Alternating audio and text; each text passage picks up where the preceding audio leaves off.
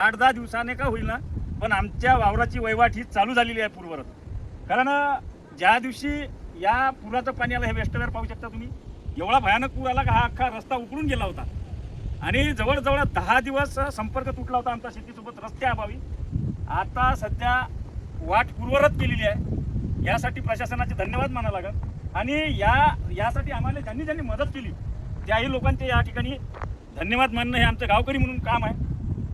तर ज्या दिवशी पाऊस आला, पूर आला, त्या पुराच्या दुसऱ्या तिसऱ्या दिवशी या ठिकाणी जिल्हा परिषदचे माजी अध्यक्ष राहुलभाऊ ठाकरे आले होते आणि त्यांनी एकंदरीत परिस्थिती पाहिल्याच्या नंतर त्यांना एकच वाटलं का हा विषय, हा जो एकंदरीत रस्त्याचा विषय आहे, तिथून एकदम धरणाच्या 0.5 पासून ते इथपर्यंत, इथून पुढेही हा विषय काही इथला नाही आहे. हा कलेक्टर ऑफिसमधला किंवा पाटबंधारे विभागाच्या मुख्य अधिकाऱ्यापर्यंतचा हा विषय आहे.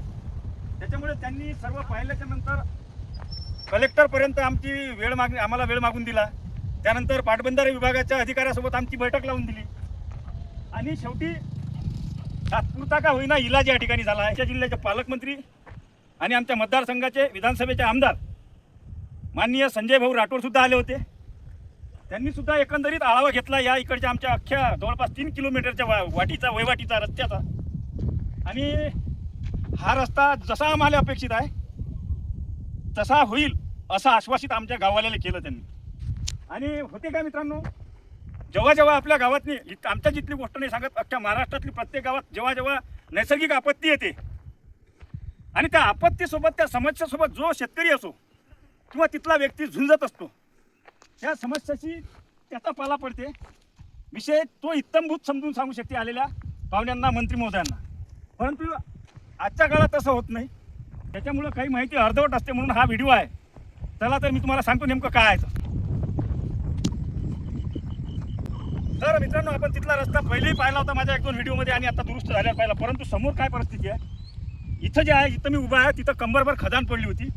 इकडून शेतीचं येणारं जे पाणी आहे त्या पाण्यानं जवळपास इथून अशी खदान होती अर्ध्या रस्त्यातून. ते आता बुजवला आहे खड्डा. आता हा रस्ता इकडे जाते. परंतु इथं जसा खसला आहे रस्ता, हे वेस्टवेअरचा काठ होय, इथं जसा खसलेला आहे तसा समोर 3 जागी खसलेला आहे. आणि महत्त्वाचं म्हणजे रस्ता अरुंद आहे, 10 फुटाचा रस्ता आहे. आणि इकडे पाहिलं तर शेतकऱ्याची जमीन आहे आणि इकडे पाहिलं तर वेस्टवेअरचा काठ आहे. आणि या काठानं खदानी पडलेल्या आहेत. इकडे चान्स नाही, तिकडे नाली मारता येत नाही. त्याच्यामुळे हा रस्ता होणे अशक्य आहे. एक तर रस्ता जर चांगला करतो म्हटलं तर इकडली जमीन घ्यायला लागते काही गुंठे कष्टकराची, त्याच्याशिवाय हे होणार नाही. म्हणून आमची अशी मागणी आहे की हा जो रस्ता तिकडून आलेला आहे, असा इकडून फिरवलेला आहे दूरवर नेऊन, तो हे पूल पाहू शकता तुम्ही, हा रस्ता पाहून घ्या. हा जो असा नेलेला रस्ता आहे आणि असा आणून असा नेला आहे, हा रस्ता कॅन्सल करून आम्हाला त्या वेस्टवेअरच्या समोरून, म्हणजे नियमाने जेवढं अंतर लागते तेवढ्या अंतरावरून तसा जर पूल टाकून दिला आणि हा रस्ता एवढा लांबचा रस्ता कॅन्सल करून सरळ जर पूल टाकून आम्हाला रस्ता सीधा केला तरच आमची पिढ्यानपिढ्याची खटपट बंद होईल. अन्यथा हे काय, हा विषय वर्षा-2 वर्षाचा नाही आहे. आम्हाला वर्षानुवर्ष पाऊस आला का रस्ता खराब, पाऊस आला का रस्ता खराब, हीच परिस्थिती राहणार आहे. जर हा अख्खा रस्ता कॅन्सल करून तेवढा पूल टाकून सरळ जर रस्ता दिला तरच आमची आयुष्यभराची कटकट दूर होईल. अन्यथा आमच्या पिंडाला हा विषय लागलेला राहील पिढ्यानपिढ्या.